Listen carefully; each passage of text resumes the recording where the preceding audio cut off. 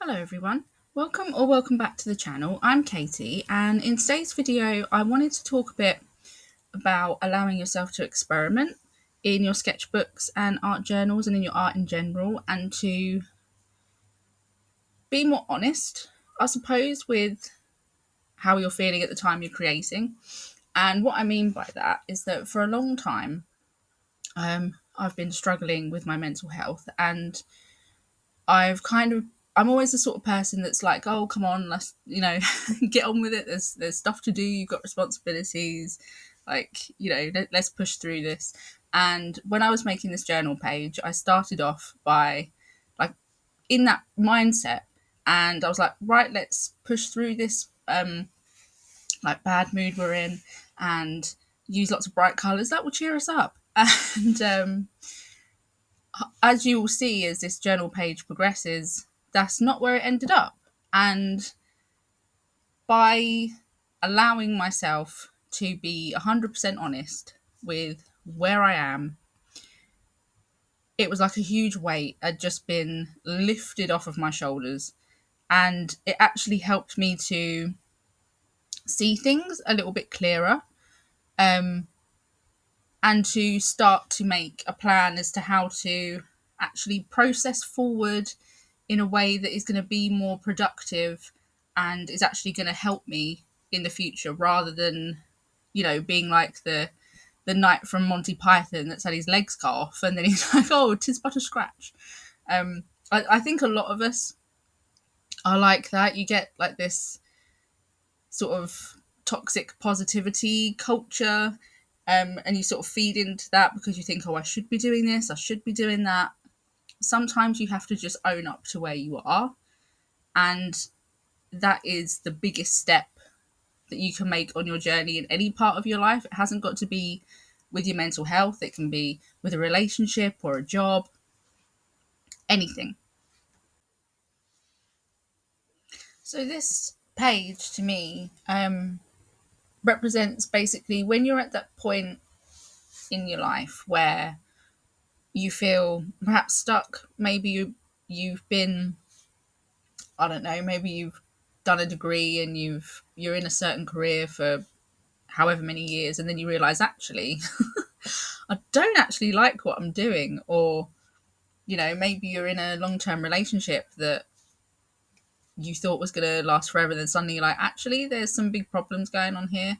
It can be really scary to be in that place where you think, okay, hang on, I've finally got my glasses on and seeing things for what they are, and a lot of things need to change, and it is a scary place, and sometimes you get stuck. I feel like that's a place I've been in where I've felt stuck in knowing that I need to move on, but I can't move on. When really, none of us are well and truly stuck. Even in the most dire of circumstances, you always have a choice, and there is always hope. Um, and even if you don't have faith in anything else, to have faith in yourself, I think, is one of the biggest lessons as human beings we can learn. And that is something that at 36 years old, I'm finally starting to learn, that having faith in yourself is your own superpower. So this video is gone a little bit deep. It's gone a little bit deep, but I hope that if you take anything out of this video, that it inspires you to be more experimental in your journals and see where it goes and see what comes up. It doesn't mean that every single page that you have to do has to mean anything, or mean something really, sort of fundamentally emotional. It can be as simple as,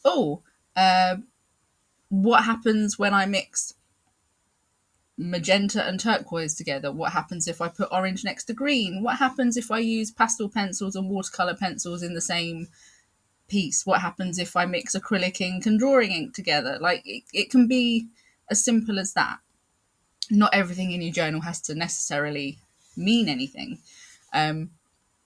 But the importance of experimentation can lead to really big breakthroughs in your life. And that, I think, for a lot of us is why we make art and why we journal in the first place. It's to help us make sense of where we are in life. And sometimes the art teaches us a lesson before we've even realized what it's doing. There's been many times where I've made a piece of art, either in my journal or on a canvas or whatever, and it's taught me a lesson before I've realized what the lesson was. I've come back to it at a later time. I thought, I actually, I knew what you were talking about now. I know what you're talking about now.